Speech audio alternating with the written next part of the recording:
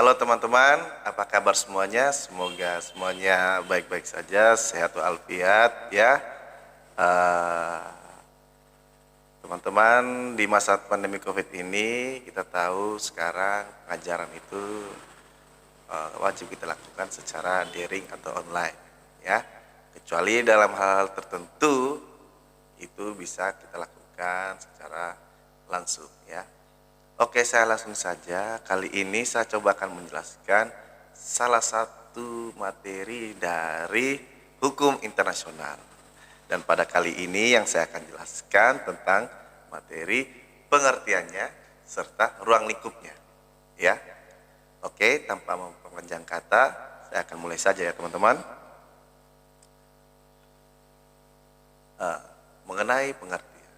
Teman-teman, ketika kita mempelajari bidang ilmu tertentu, kita perlu adanya batasan dan pengertian di bidang ilmu tersebut. Dan hal itu perlu kita ketahui sejak awal. Kenapa? Karena batasan dan pengertian tersebut akan menciptakan yang namanya fokus atau kejelasan objek studi kita. Kemudian, batasan dan pengertian akan menunjukkan perbedaan antara bidang ilmu satu dengan bidang ilmu lainnya, ya, dan juga titik temu antara bidang ilmu satu dan bidang ilmu lainnya. Saya ambil contoh, misalnya sekarang kita mempelajari hukum internasional. Dengan kita melakukan pengertian, kita melakukan pembatasan, ya, itu kita akan menemukan perbedaan antara ilmu hukum internasional dengan pidana misalnya, dengan perdata misalnya, ya, seperti teman-teman. Kemudian kita bisa lihat juga apa titik temu antara bidang hukum tersebut, ya. Oke, selanjutnya saya langsung masuk saja nih ke dalam pengertian hukum internasional. Istilah hukum internasional terdiri dari dua kata teman-teman, yaitu kata hukum dan kata internasional, ya. Banyak sekali definisi dari kata hukum, ya, banyak sekali. Namun dari berbagai ahli, dari berbagai definisi yang sudah pernah saya pelajari, di situ ada titik temunya atau ada unsur benang merahnya, yaitu hukum itu merupakan norma yang berisi perintah, larangan, pemberian hak, pembebanan kewajiban dan sanksi, ya. Oke teman-teman, itu makna dari kata hukum. Kemudian makna dari kata internasional itu terbentuk dari kata inter yang artinya antar dan kata nation yang artinya bangsa atau negara. Sehingga bila kita padukan kata hukum dengan kata internasional, secara sederhana kita mendapatkan pengertian bahwa hukum bersifat internasional itu mengikat antar bangsa atau negara. Hukum yang mengikat antar bangsa dan negara, ya, seperti itu. Ada banyak pengertian tentang hukum internasional yang diungkapkan oleh beberapa ahli, salah satunya oleh Berli. Berli mengungkapkan hukum internasional merupakan himpunan kaidah-kaidah dan asas-asas tindakan yang mengikat bagi negara-negara yang beradab dalam hubungan mereka antara yang satu dengan yang lainnya. Saya ulangi, Berli mengungkapkan hukum internasional adalah himpunan kaidah-kaidah dan asas-asas tindakan yang mengikat bagi negara-negara yang beradab dalam hubungan mereka antar yang satu dengan yang lainnya. Oke. Kemudian ada lagi pengertian dari Stark, ya.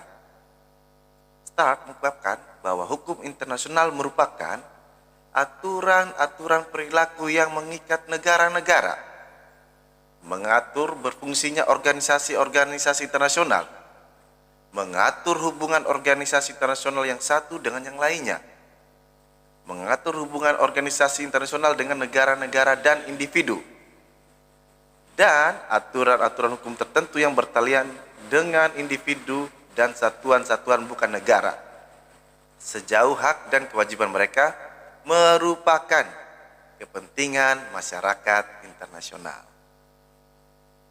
Ya, itu pengertian dari STA.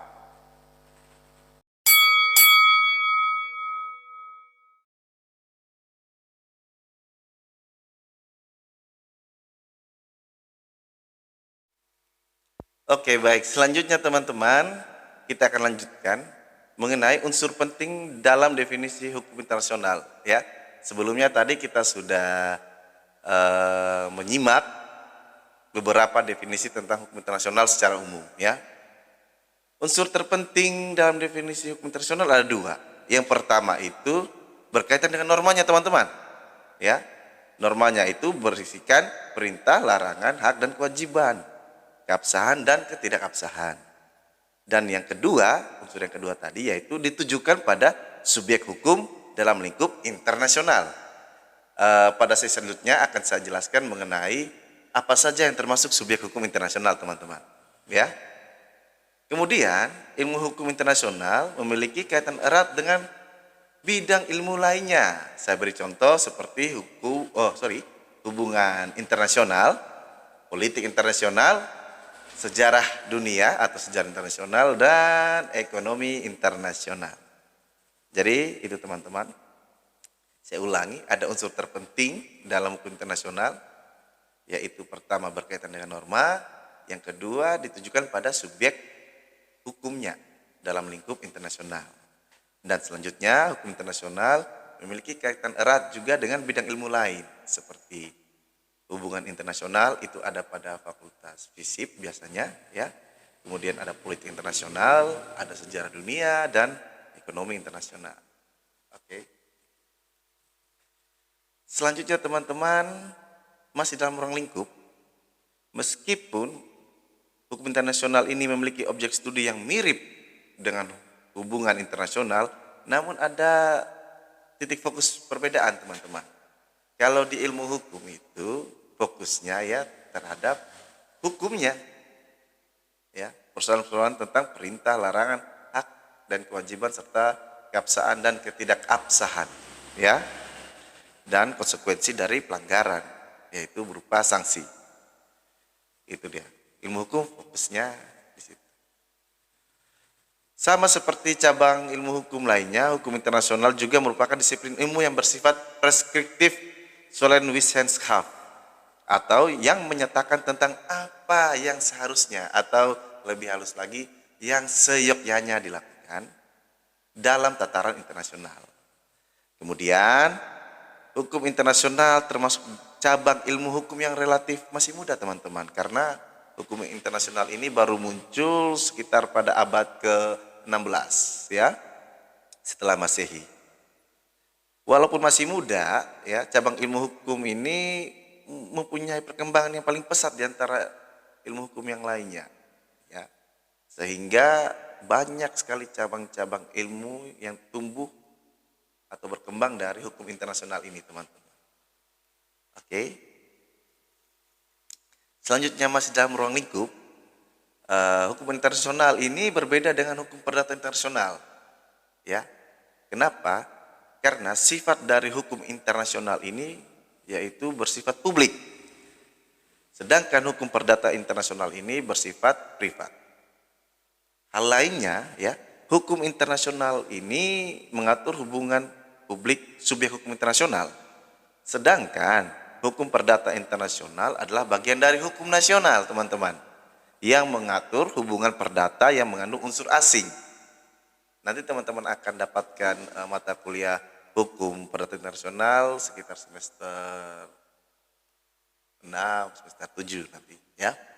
Oke, berkaitan dengan ada perbedaan antara hukum perdata internasional dengan hukum internasional, maka saya akan memberikan tugas kepada teman-teman, yaitu yang pertama nih, tugas buat teman-teman yaitu teman-teman menjelaskan perbedaan antara hukum nasional dengan hukum internasional. Teman-teman jelaskan perbedaan antara hukum nasional dengan hukum internasional. Itu tugas teman-teman yang pertama. Kemudian masih ada ruang lingkup yang lainnya, yaitu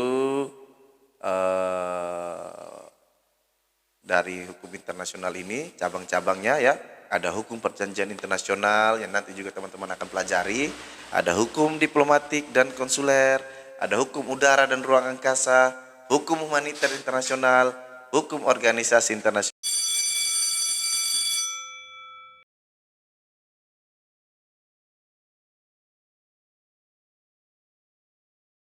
Ya, oke baik teman-teman, saya kira perjumpaan kita untuk sesi pertama ini sampai di sini dulu ya teman-teman, mengenai pengertian dan ruang lingkup.